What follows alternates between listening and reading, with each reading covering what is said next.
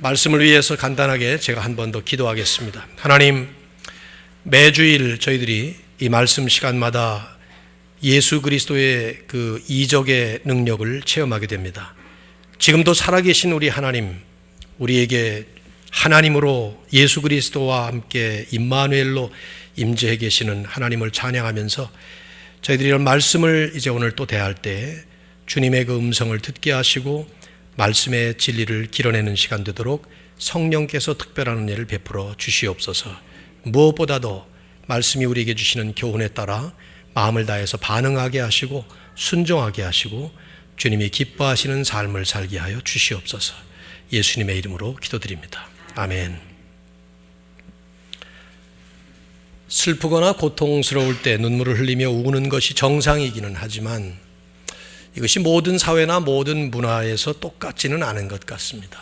특별히 우리나라는 대단히 독특한 눈물의 문화를 가지고 있다는 생각을 해봅니다. 대한민국에서 언어의 연금술사라는 칭호를 받을 만큼 이 언어학 부분에서 존경받는 국문학자이시면서 또 문화부 장관을 지내셨던 이어령 교수께서 서양과 이 동양의 서로 다른 눈물의 철학에 대해서 재미있게 글을 쓰신 것을 읽은 적이 있습니다. 언젠가도 제가 언급한 바가 있는데 그분의 지론이에요. 서양 사람들은 새 소리를 들으면 새가 노래한다, birds are singing 이렇게 표현을 하는데 우리는 새들이 운다 그렇게 말합니다. 서양 사람들은 새들이 노래한다, 그리고 우리는 새들이 운다 그래요. 그래서 기러기가 하늘에서 날아가면서 막 소리를 내면 그 기러기 소리를 들으면서 우리는 기러기 울음소리라고 말하죠. 그렇죠? 하지만 그 소리가 기러기 울음소리인지 기러기 웃는 소리인지 기러기 말하는 소리인지 사실은 알 길이 없어요. 근데 이것이 이제 우리 귀에는 울음소리로 들리고 그래서 우리는 기러기가 운다 이렇게 말하는 거죠. 기러기만 그런가요? 우리는 대부분의 새들을 다 운다 그래요. 꾀꼬리도 울고 올빼미도 울고 까마귀도 울고 특히 이제 한국에서는 소쩍새가 많이 우는 것 같아요. 소쩍새 우는 소리. 모든 새가 다 울어요. 같은 소리인데 서양 사람들의 귀에는 노래소리로 들리는 것이 우리 귀에는 슬픈 울음소리로 들리는 이유가 무엇인가? 새만 그럽니까? 다 울어요 사실은. 매미도 울고 귀뚜라미도 울고 개구리도 울고 송아지도 울고 망아지도 울고 우린 전부 다 울음소리 들리는 거예요. 왜 이 모든 소리들이 우리 귀에는 울음소리로 들리는 것일까? 그 이유는 우리 한민족의 역사가 눈물의 역사, 고통의 역사이기 때문이다 하는 것이 이제 일부 학자들의 지론이에요. 전 참 일리가 있고 참 통찰력 있는 관찰이긴 하다 하는 생각을 하면서도 눈물의 역사, 고통의 역사라는 것이 어디 한민족만의 역사인가 그런 생각을 해봐요. 세상 모든 민족의 역사가 눈물과 고난의 역사였고 더 근본적으로 인생 자체가 사실은 울어야 하는 일로 가득한 그런 인생이 아니냐. 성경도 그렇게 말하잖아요. 인생의 연수가 70이요 강건하면 80이라도 그 연수의 자랑은 뭐예요? 수고와 슬픔뿐이다 이렇게 표현한다 이 말이죠. 그 이유가 어디에 있을까요? 저는 거기에 중요한 한 가지는 이유가 있다고 생각이 돼요. 그것은 우리 모두가 예외 없이 겪게 되는 죽음의 경험 때문이 아닐까 생각합니다. 우리 누구나 다 죽습니다. 죽음 앞에서 다 슬픕니다. 지난주에도 우리는 사랑하는 성도 한 분을 떠나보내는 장례를 치르면서 눈물을 흘렸습니다. 분명히 믿음으로 천국 가신 걸 알면서도 그 이별이라는 죽음이라는 이별의 슬픔을 함께 경험했던 것이죠. 그래서 그런지 성경은 천국의 모습을 묘사할 때 눈물 없는 곳 그런 표현을 쓰고 있어요. 계시록 21장 4절을 보면 천국이 어떤 곳이냐를 설명하면서 거긴 다시는 사망이 없고 애통하는 것이나 곡하는 것이나 아픈 것이 다시는 있지 아니하리니 처음 건들이 다 지나갔다 그렇게 표현을 합니다. 천국 어디냐? 사망과 애통을 한 묶음으로 이렇게 묶어서 죽음이 없는 곳, 슬픔이 없는 곳, 눈물이 없는 곳, 애통이 없는 곳 그런 곳이라는 거죠. 그러나 우리의 구원이 완성되어서 그런 천국에 가기까지는 우리는 이 땅에서 슬픔의 눈물을 끊임없이 흘려야 되는, 특별히 죽음이라고 하는 엄연한 인생의 현실 앞에서 슬퍼해야 되는 그런 삶을 살아야 되는 것이죠. 오늘 본문은 바로 그런 그 슬픈 죽음 앞에서 행하신 주님의 또 하나의 이적입니다.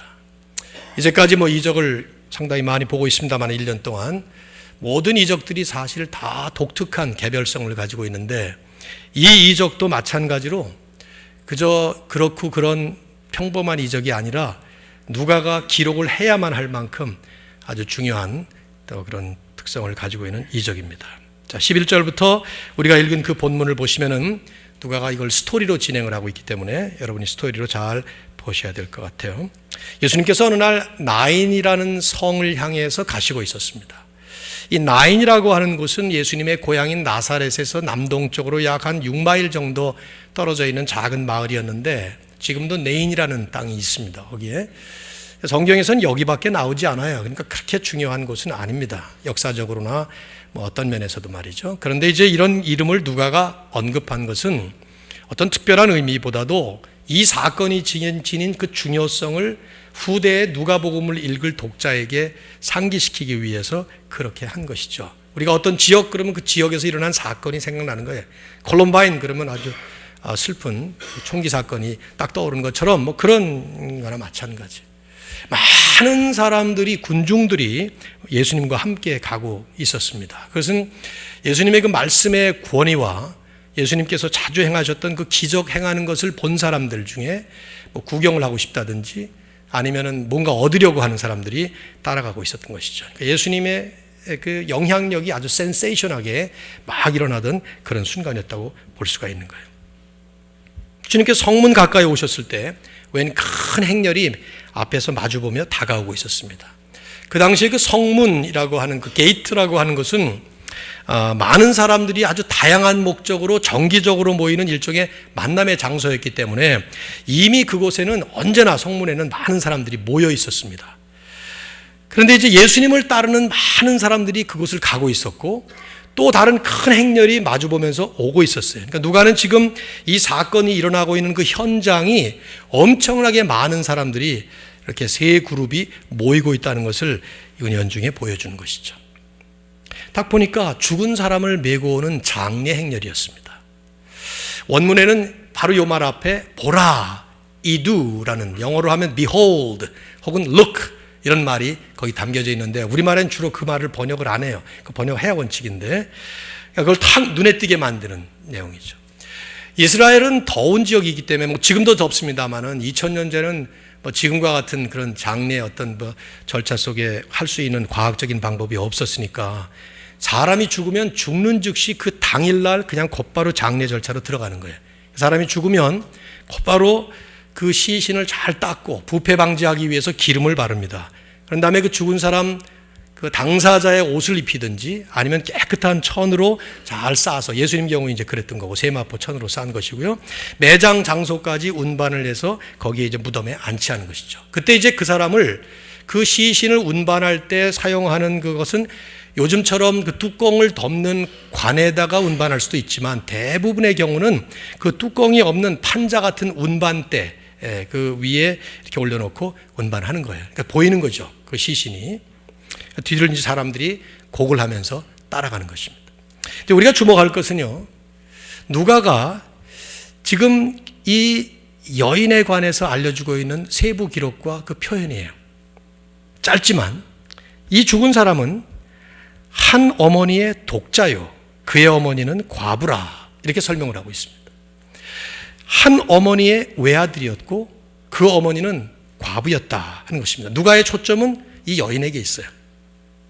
외아들을 잃은 어머니였는데 이 사람은 이미 남편을 잃은 과부였었다 하는 것입니다. 여인의 나이가 얼마였는지는 우리가 알 수 없지만 그 죽은 아들이 청년이었던 걸로 봐서 아주 젊은 나이의 여인은 아니었던 것 같고 중년에서 노인 사이였던 것 같아요. 어쨌든 그를 이제 여인은 이미 남편을 잃고 살던 그런 사람이었고 아들이 아마 이 어머니를 돌보면서 살았을 가능성이 높은데 그 아들마저 이유 모를, 우리가 알 수 없는 죽음으로써 글자 그대로 이제 세상에 홀로 남겨진 그런 사람이 된 것이죠. 요즘은 그 여인들이 혼자 남는다 하더라도 돈 많은 과부들도 많고, 또 어떨 때는 남편 죽으면서 더 부자가 되는 여자분들도 꽤 있는 것 같아요. 그리고 또 여인들이 워낙 그 권리 신장이 됐기 때문에 이제는 마음 놓고 직장 생활도 하고 사회생활도 하고 능력 있는 여자분들은 또 훨씬 더. 그러니까 우리가 지금 사실 상상이 안 가는 건데, 지금 이 시대에 과부, 위도우, 그러면 고아처럼 일종의 가난한 사람, 고난받는 사람, 사회에서 큰 어려움을 겪는 사람 등등의 대명사예요. 구약 성경을 보시면 예수님 시대도 마찬가지지만 하나님께서 자비를 베풀어라 할 때 그 자비를 베풀어 받아야 될 대상, 제1호 대상으로 꼽히는 사회 소외계층의 대표적인 사람이 과부였습니다. 왜냐하면 그 당시는 여인들이 나가서 자기 생계를 유지할 수 있는 어떤 일거리를 마련한다는 게 아주 극히 제한적이었기 때문에 남이 도와주지 않으면 과부가 되면은 혼자 생계 유지 거의 못하는 거죠. 남들이 도와줘야 돼요. 근데 거기다가 아들까지 잃었어요. 게다가 그 아들은 외아들이었습니다. 하나밖에 없는 외아들을 잃어버렸기 때문에 이제 이 가문의 가계까지 끊겨버린 것이죠. 생계유지 곤란이라고 하는 이미 처해 있던 고난의 상황에 설상가상으로 아들의 죽음으로 말미암아서 가계까지 끊기게 되는, 그래서 그 사회에서 설 자리가 없어지는, 정말 글자 그대로 한마디로 완전히 절망의 나락에 떨어지는 그런 여인이었다 이 말이에요. 여러분, 이것을 이제 누가가 이 사건을 생생한 드라마로 지금 전개하고 있기 때문에 그런 성경 기자의 의도를 생각한다면 이런 객관적인 사실 플러스 우리의 개인적 주관적인 공감을 한번 할 수 있도록 이걸 보셔야 되는데, 그러려면 이 여인의 자리에 나 자신을 한번 세워놓을 필요가 있어요. 여러분이 만일에 이 여인의 입장이라면 하고 이 사건을 보셔야 돼요. 제가 볼 때는 무엇보다도 괴로웠을 것은 자식을 잃어버린 이 어머니로서의 슬픔이에요. 그것도 외아들을 잃어버린 이 어머니의 슬픔이 얼마나 컸을까. 이미 남편을 잃어버리고 그냥 사회에서 어떻게 보면 소외된, 근데 그 아들 하나 의지하고 여태까지 살아왔는데 그 아들마저 지금 사라져버리는 이 순간, 바로 오늘 죽은 거거든요. 그날 죽어서 그날 나가는 거예요. 지금 이 어머니가 겪고 있는 그 슬픔, 이것은 가장 컸을 거예요. 왜냐하면 죽음이라는 것은 어떤 종류의 죽음이든 슬픈 것이지만 그 중에 가장 슬픈 죽음은 역시 자식을 잃는 슬픔이에요.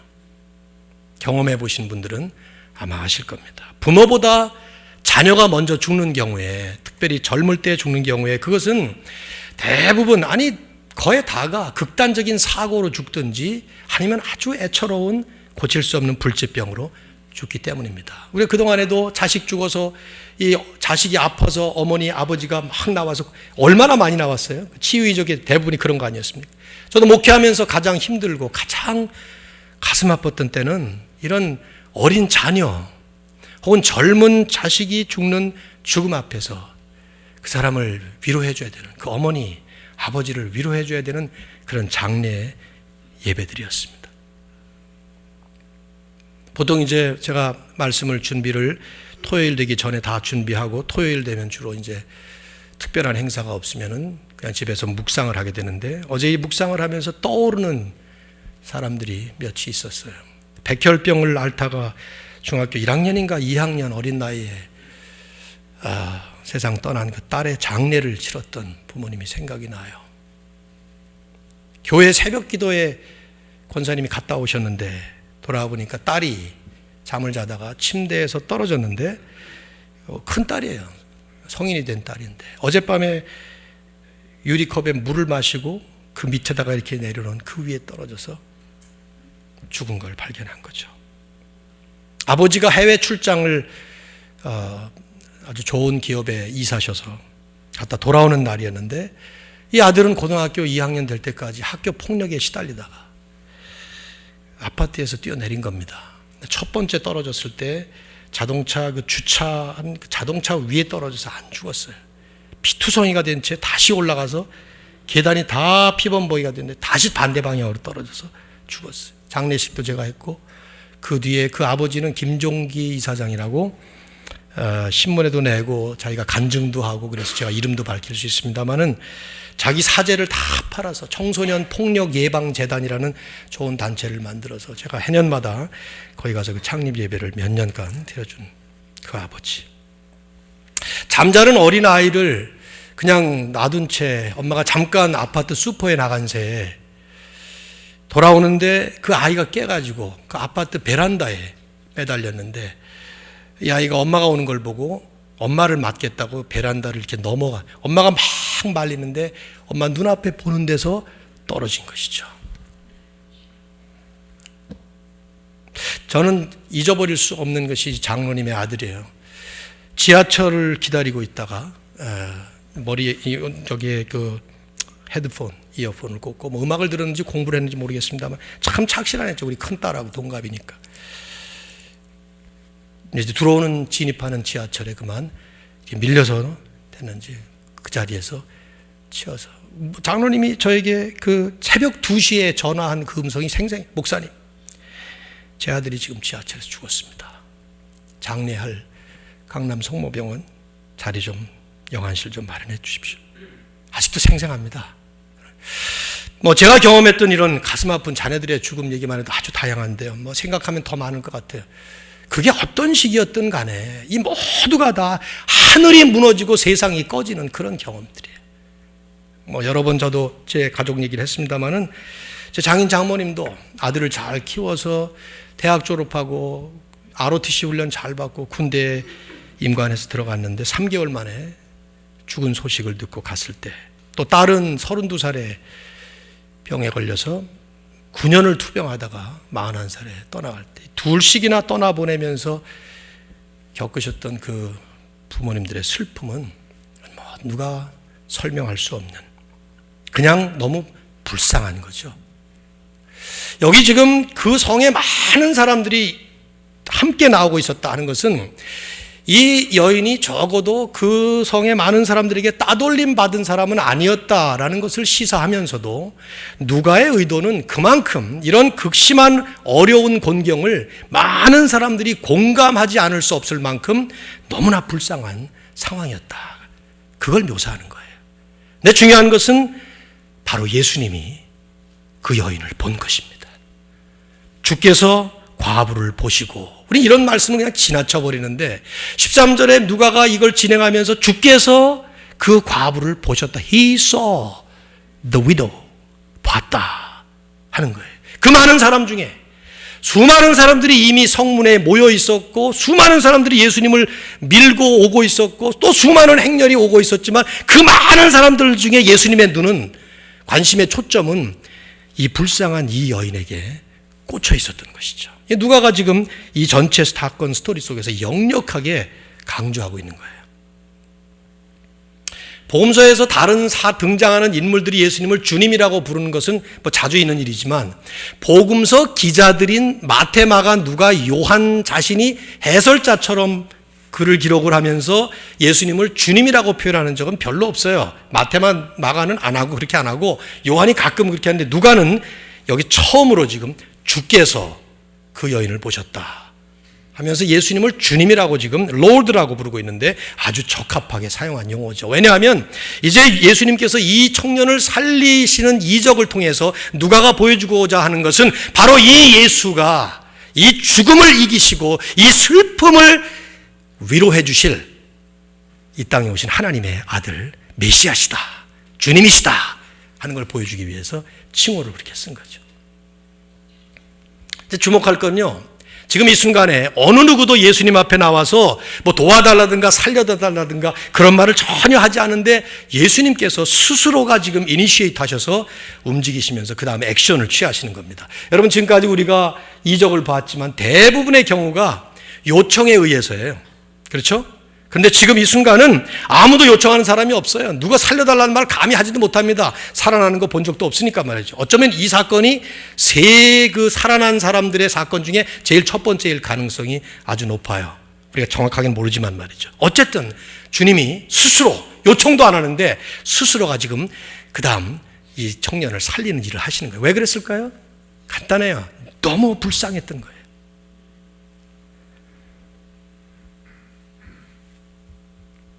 주님의 자비와 긍휼의 마음이 여기 녹아져 있는, 이게 이 이적의 핵심 초점이었어요. 이 불쌍히 여기셨다는 표현을 영어 성경 중에 NIV가 참 잘하고 있는 것 같아요. His heart went out to her. 그의 마음이 그 여인에게 달려갔다, 이 말이에요. 이걸 불쌍히 여겼다는 이 원어 단어를 그렇게 설명했어요. 그러면서 주님께서 발설하신 첫 번째 말씀이 아주 중요해요. 등장인물의 첫 말이 스토리에서는 핵심 중에 하나죠. 그게 뭡니까? 울지 말라. Don't cry 하는 음성이에요.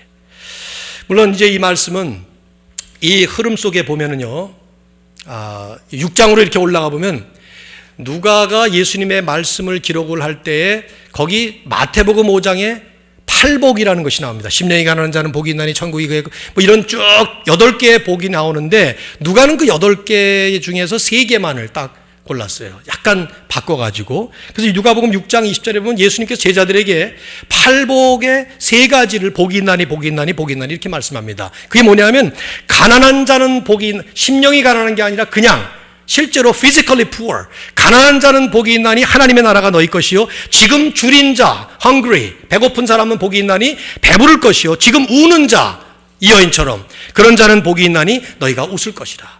즉 예수님께서 오시게 되면, 메시아가 오시게 되면, 구세주가 오시게 되면 그분이 베푸실 우리에게 축복 가운데 3가지는 가난하고 굶주리고 우는 사람들의 배고픔과 눈물과 그 통곡이 배부름과 기쁨과 웃음으로 바뀐다는, 이것을 복음의 중요한 핵심 소식으로 얘기를 했던 거죠.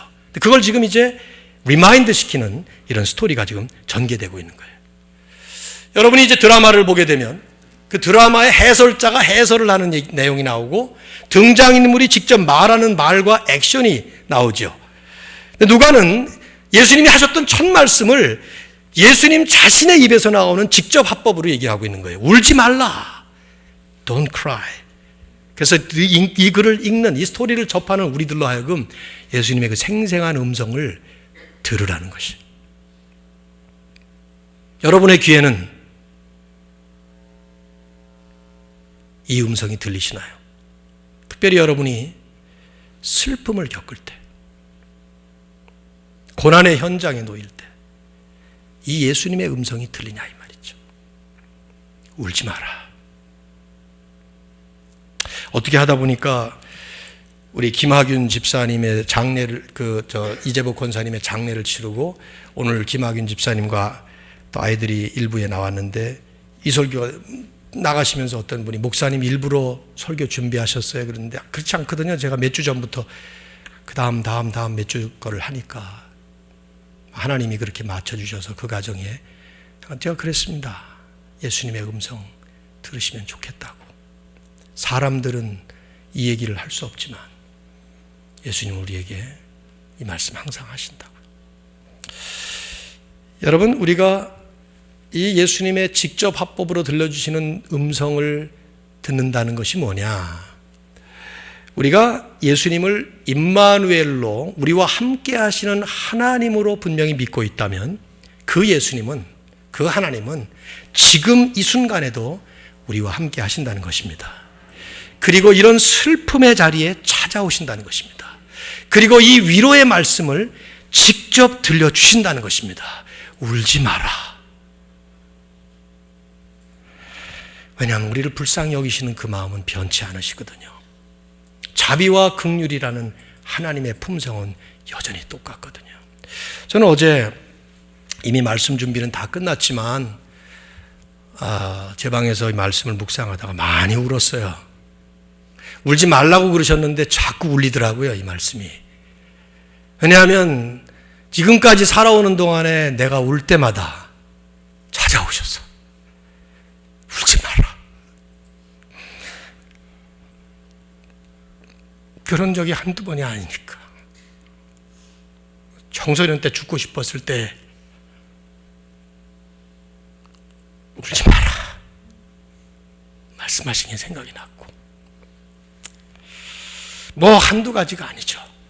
그때마다 적합하게 찾아오셔서 울지 마라.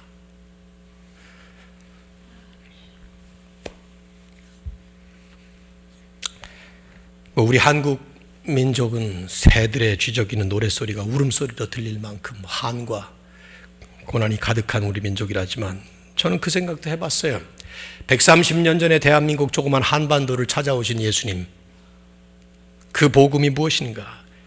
주님은 더 이상 새들의 울음소리가 아니라 우리 귀에도 노랫소리로 들릴 만큼 우리의 울음을 웃음으로, 눈물을 희열로 바꾸시기 위해서 복음을 가지고 우리에게 찾아오신 것입니다. 민족적으로 축복이고 개인적으로 얼마나 큰 복인지 몰라요.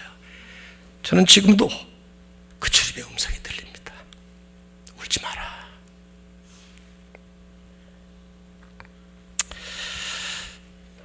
그러더니 주님이 가까이 가시면서 관에다가 손을 대십니다. 14절에 보시면.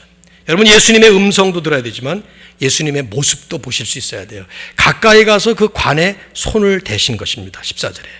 이건 장례 행렬을 멈추려고 하신 행동이기 때문에 시신을 운구하던 사람들이 즉시 그 자리에 멈췄지만, 그러나 이 일이 그 당시 이 사람들에게 얼마나 놀라운 일이었는지는 우리는 상상을 못해요. 우린 별거 아니에요, 이것이. 그러나 이 당시에는 율법의 규정에 의하면 민수기 19장 11절 이하에 보면은 시신을 만지면 안 되는 거예요. 저는 이 관을 만져도 안 되는 거예요, 이거는.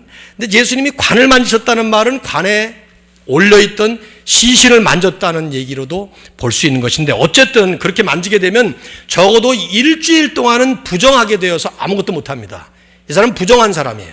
unclean. 그래서 그 부정한 것을 깨끗하게 정결 예식을 아주 꼼꼼하게 거치지 않으면 못하는 거예요. 성전에도 못 들어가고 보통 하고 있던 많은 것들을 다 못해요.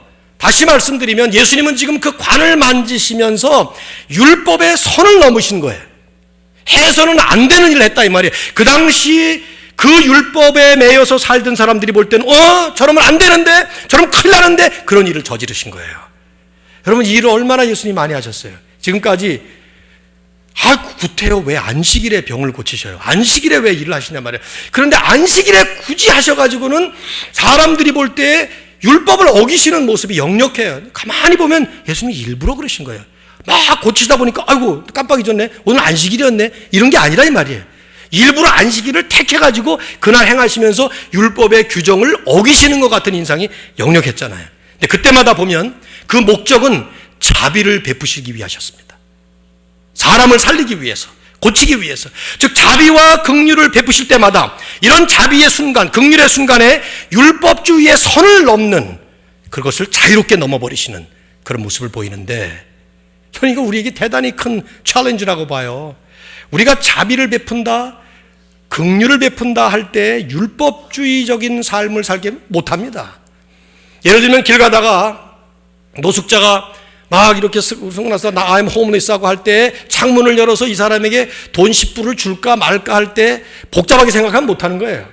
이거 10불을 주면 이 사람이 분명히 이거 가지고 가서 마약을 사 먹든지 알코올을 먹든지, 그러면 이런 사람들이 100명 되고 1000명 되고 그러면 이 사회가 더 어지러워지고, 그래서 미국은 더 나빠지고, 이런 사람들이 자꾸 스포일 돼가지고 이런 복잡한 생각을 하기 시작하면, 그러면 자비와 긍휼은 못 베푸는 거죠.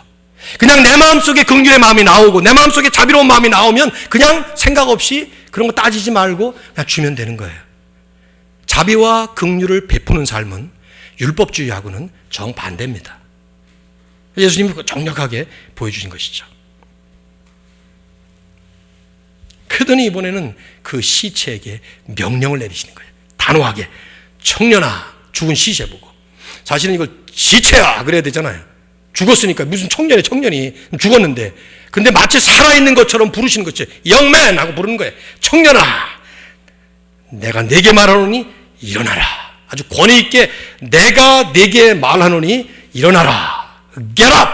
한마디를 딱 하신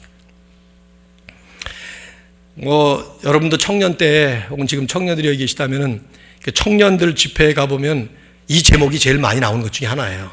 청년들 부흥시키려고 청년아 일어나라. 아주 현수막 붙어 있고, 여기 보면 누가 보면 7장 몇 절 이렇게 딱 붙어 있고 그러는데, 의도는 제 생각엔 참 순박한 좋은 의도라고 생각하지만 본문의 의도와는 거리가 먼 얘기예요. 본문은 청년을 부흥시키기 위해서 이런 일을 한 게 아니고, 여기에 핵심은 죽은 청년이 아니라 여기 어머니였죠. 스토리의 중심은 이 어머니예요. 그래서 누가는 이 어머니를 중심적으로 지금 풀어가고 있습니다. 그 어머니의 독자다. 청년이 주인이 아니고 주인공이 아니라 여인이 과부였다. 군중들이 전부 다 그 여인과 함께 했고 예수님께서 그 여인을 보셨고 그 여인을 불쌍히 여기셨고 여인에게 말씀하셨고 울지 말라고 결국 나중에 죽은 아들을 살려서도 여인에게 돌려주는 겁니다. 그러니까 여인을 지금 회복시키는 것이죠. 즉 누가는 이미 남편을 잃어버리고 아들마저 잃어버림으로 인해서 말할 수 없는 슬픔과 비탄에 잠겨져 있는 이 여인, 인생의 고난의 상징적 모델이 되어 있었던 이 여인에게 바로 내가 너 같은 사람을 위로해주고 너 같은 사람을 치료해주고 바로 너 같은 사람을 회복시키기 위해서 온 하나님의 아들 구세주시다. 이걸 보여주는 거예요. 요한복음이 비록 요한복음 20장 31절에 아까 우리가 외웠던 말씀, 오직 이것을 기록한 것은 예수께서 하나님의 아들 그리스도이신 것을 믿게 하려 함이고 그분을 믿음으로 말미암아 그 이름을 힘입어 생명을 얻게 하려 함이니라 하는 것은 요한복음에만 해당되는 것이 아니라 모든 이적에 해당되는 얘기였습니다. 말씀 한마디에 벌떡 일어났어요. 그 다음 내용을 보시면 말이죠. 15절에 언제나 그렇듯이 너무 간단하고 단순한 이적이 일어난 것입니다. 그러더니 이제 말을 합니다. 제가 궁금한 건 이 아들이 무슨 말을 했나 좀 궁금해요. 사실은요. 전 스토리 읽다 보면 참 궁금한데, 왜냐하면 만일에 요즘에 이런 일이 일어났다면 어떤 일이 벌어졌을까? 죽었는데 살아났단 말이에요. 기적을 통해서. 그럼 보나마나 간증 집회하고 다녔을 거예요. 막 다니면서 내가 본 천국 그러면서 갔다. 옛날에 여러분 기억 안 나시나요? 펄시 콜레이 맞나? 펄시 콜레이. 그 사람 지금 잘 모르겠네요. 어떻게 됐는지. 근데 그 전에 제가 한 90년대까지만 하더라도 90년대 초까지 이 동부 지역을 휩쓸면서 다녔어요. 저도 그 집회에 한번 가봤습니다. 그랬더니 그분이 천국을 갔다 와서 책을 썼어요. 내가 본 천국.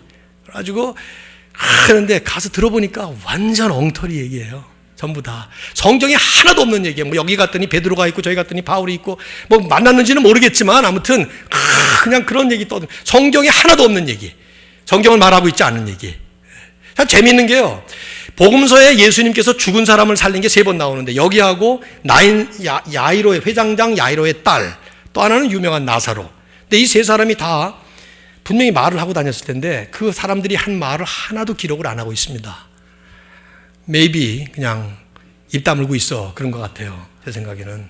바울도 고린도전서에 보면은 내가 낙원에 갔는데 말할 수 없는 것을 보고 왔다 그러면서 말 안 해요. 그 말할 수 없는 것이라는 게 너무 황홀하다 그런 표현일 수도 있어요. inexpressible things 그렇게 썼는데 말하면 안 된다 그런 말도 있기도 하고요. 성경에 더 이상 하지 말라는 그런 것처럼 들려지는 거예요. 혹시 여러분 가운데 천국을 갔다 오시는 경험을 하신다 하더라도 전 안 믿겠지만 말하지 마세요. 이단됩니다. 그렇게 되면 특별히 꿈 얘기하지 마세요. 이단됩니다. 그거. 그냥 혼자 간직하세요. 혼자. 천국 갔다 오셨으니 얼마나 좋아요. 좋은 여행하고 오셨으니까. 근데 남한테는 얘기하지 마시라고. 성경에 있는 것 외에는 하시면 안 돼요. 하지 마세요. 여기도 아무것도 없잖아요. 지금. 누가는 이 살아난 아들을 어머니에게 주셨다는 사실을 기록하고 있어요. 본문에 보시면 그를 어머니에게 주시니 이게 아이가 아니란 말이에요. 그러니까 아이를 이렇게 난짝 안아서 준 게 아니거든. 그 아이를 어머니에게 주시면서 어머니를 회복시키는 그런 모습을 보여주는 거죠. 수많은 군중들이 이걸 다 보았습니다. 청년을 그 자리에서 죽은 시체를 일으키는 놀라운 이적을 봤으니 이게 하나님의 일이라고 어떻게 안 보겠어요. 그래서 다 두려워했어요. 16절 모든 사람이 두려워하면서 하나님께 영광을 돌립니다. 이 예수가 곧 하나님이시다 하는 것을 시사하는 그런 누가의 기록이라고 생각돼요. 그러면서 큰 선지자가 우리 가운데 일어나셨다. 이거는 아주 중요한 구약 배경이 있습니다. 구약에 죽은 사람을 살리신 선지자 2분이 있어요. 누구죠? 엘리야와 엘리사. 그렇습니다. 엘리야가 열왕기상 17장에서 사르밧 과부의 아들을 살려요. 엘리사는 그 제자로서 열왕기 하 4장에서 또 다른 수넴 여인의 아들을 살리게 되죠. 그렇죠? 근데 둘 다 과부의 아들들이고 둘 다 외아들이었을 가능성이 아주 높아요. 하나밖에 없는 아들. 근데 그 둘을 살릴 때 엘리야와 엘리사가 한 것과 예수님과는 현저하게 달라요. 엘리야는 죽은 사르밧 과부의 아들 몸 위에 엎드립니다. 그걸 3번 그렇게 해요. 그리고 하나님 앞에 기도하죠. 그래서 살려내요. 그런가 하면 엘리사는 능력의 지팡이를 그 시신 옆에다 갖다 두고 2번에 걸쳐서 그 다음에 또 살리는 작업이 나오죠. 근데 예수님은 하나님께 기도하는 게 하나도 없어요. 그냥 본인이 하나님처럼 명령을 내려서 살린 거예요. 일어나라. That's it. 끝난 거죠. 창조주의 능력을 보여준 것입니다. 그러나 이제 사람들은 거기까지 보지는 못했으니까 큰 선지자가 우리 가운데 일어나셨구나. 그러면서 하나님께서 하나님의 백성들 가운데 방문하셨다. 우리말은 돌보셨다 그러지만 God visited us. 우리 가운데 하나님이 우리를 방문하신 것이다. 왜냐하면 구약에서 종종 하나님께서 임재하실 때에는 언제나 심판 아니면 축복인데 이건 분명히 축복을 해주시기 위해서 오셨다는 것이죠.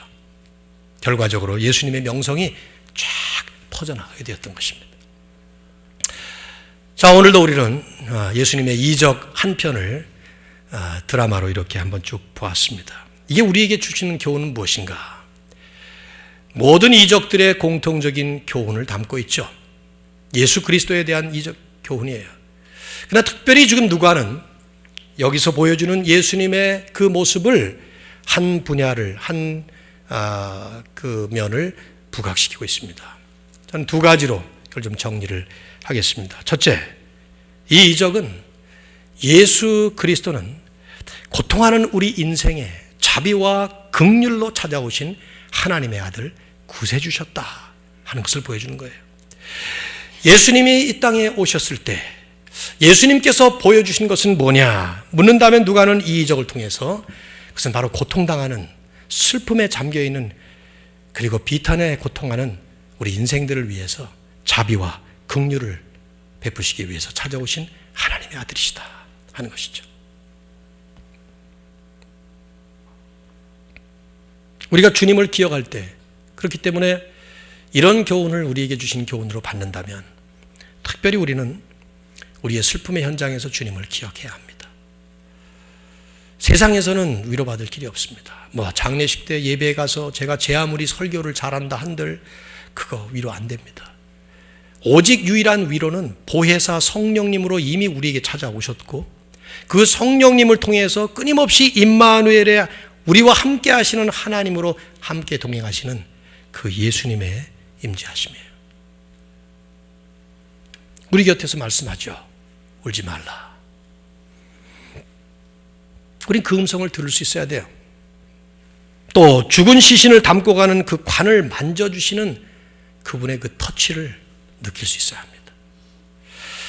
일어나라라고 명령하실 때 단번에 놀라운 역사가 일어나는 그분의 그 파워풀한 말씀의 능력을 체험할 수 있어야 합니다. 죽었던 아들을 살려서 어머님 품에 돌려주심으로써 그 어머니의 모든 것을 회복시켜 버리시는 그런 회복을 경험할 수 있어야 됩니다. 여러분 그런 거 경험하시고 사십니까? 우리가 예수 믿고 구원받은 하나님의 성도로 살아갈 때 이걸 경험하지 못한다고 하면 우리는 명목상의 그리스도인으로 삶을 사는 거예요. 종교인으로 살아가는 것입니다. 끊임없이 우리의 귀에 들려주시는 그 주님의 음성, 또 끊임없이 우리를 만져주시는 그 주님의 터치해 주시는 것, 그리고 우리를 계속 회복시켜 주시는 하나님의 말씀의 능력과 또 예수 그리스도의 그 은혜의 축복, 특별히 죽음이라는 현실 앞에서. 올해 참 우리 교회 장례가 많이 나네요. 이제 또 누가 돌아가실까 그 생각을 저는 하고 있어요. 그러면서 이런 인생을 경험하면서, 인생을 살아가면서 제일 슬픈 경험을 하는 그 현장에 여전히 주님이 계시다는 그것, 어떤 일이 어떻게 일어난다 하더라도 바로 그 주님만 붙잡을 수 있다면, 왜냐하면 죽음이 절망이 아니기 때문이에요. 죽음이 마지막이 아니기 때문입니다. 오히려 죽음을 뒤엎는 소망이 우리에게는 부활이라고 하는 역사적인 사건으로도 분명하고요. 그리고 계속해서 주님은 그렇게 하실 것입니다. 또 한 가지는요, 이것은 예수 그리스도만 보여주고 끝나지 않습니다. 우리가 어떻게 살아야 하는가 하는 것도 보여주는 것입니다. 뭡니까? 우리도 그리스도인들은, 거듭난 그리스도인들은 이런 주님의 자비와 긍휼을 본받아서 우리도 자비와 긍휼을 베푸는 삶을 살아야 한다는 것입니다.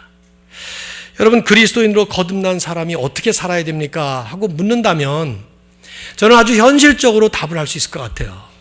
그리스도인으로 거듭났다면 아픈 사람을 더 아프게 만들면 안 돼요. 슬픈 사람을 더 슬프게 하거나 괴로운 사람을 더 괴롭게 만들면 안 된다 이 말이에요.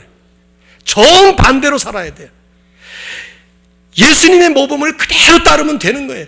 예수께서 여인의 눈물을 보셨던 것처럼 우리도 우리 눈에 남의 눈물이 보여야 돼요. 남의 고난이 보여져야 돼요. 그게 보이지 않는 이유는 여전히 나밖에 안 보이고 내 문제, 내 아픔밖에 보지 못하는 미성숙 때문에 그런 것이에요. 우리의 신앙이 점점 더 성숙하게 성장을 하면서 우리 눈에는 나보다 더 아픈 사람이 보여야 돼요.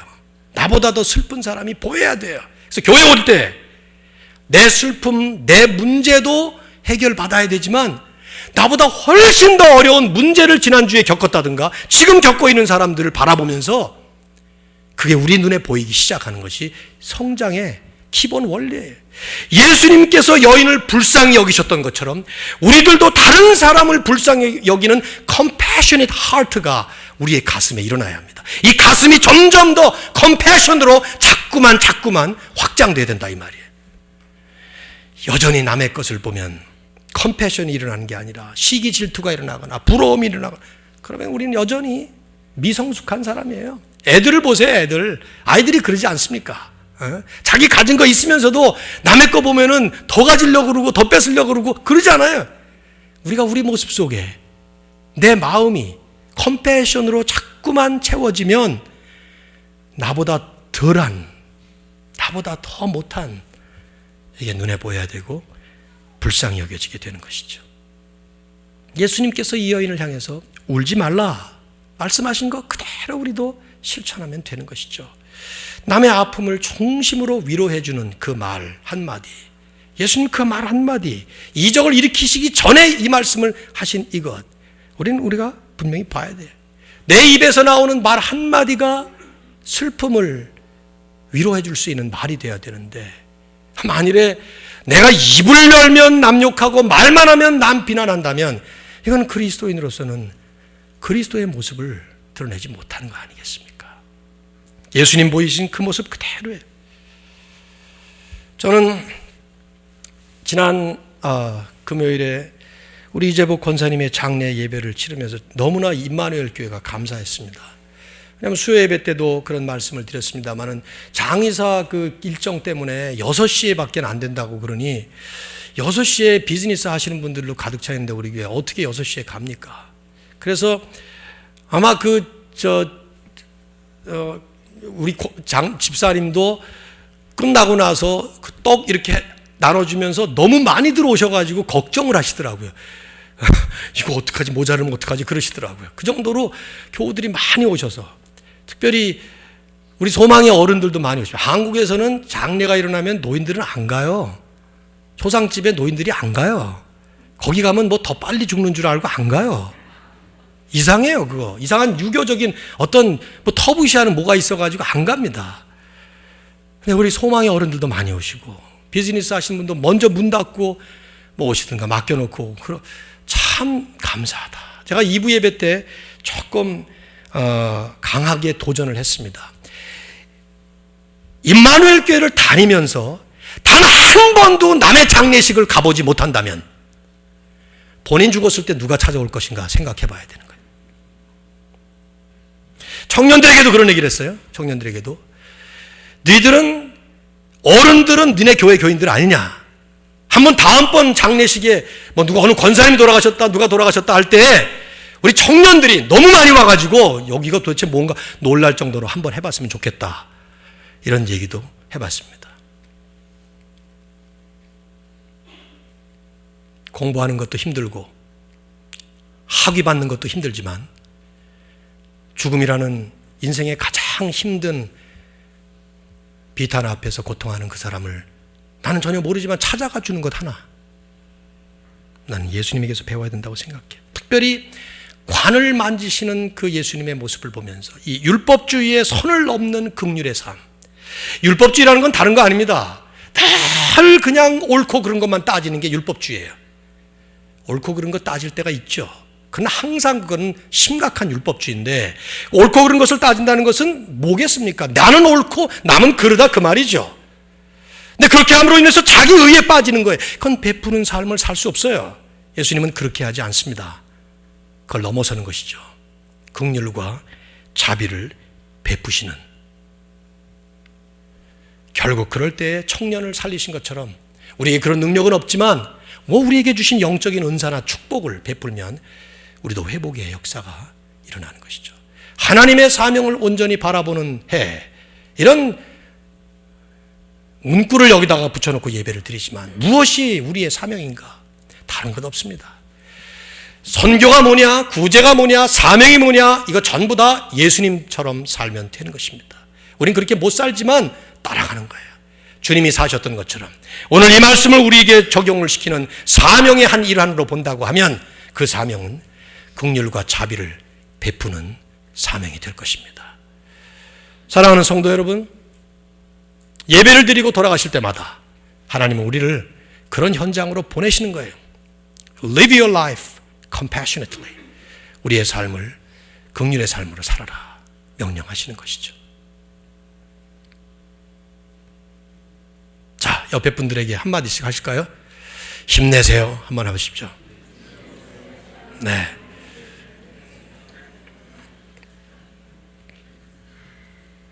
주의 은혜가 우리 모두에게 넘치기를 주님의 이름으로 축원합니다. 기도하겠습니다. 그리고 제가 축도하도록 하죠. 하나님, 거룩한 주일 매번 모여서 저 위를 바라보며 하나님께 예배드리는 우리의 예배인데, 오늘 이 시간은 우리 가운데 내려오시고 특별히 우리의 슬픔과 아픔의 현장에 주님이 동행하실 것을 분명히 믿음으로 바라보면서 이 시간 간절한 마음으로 기도합니다.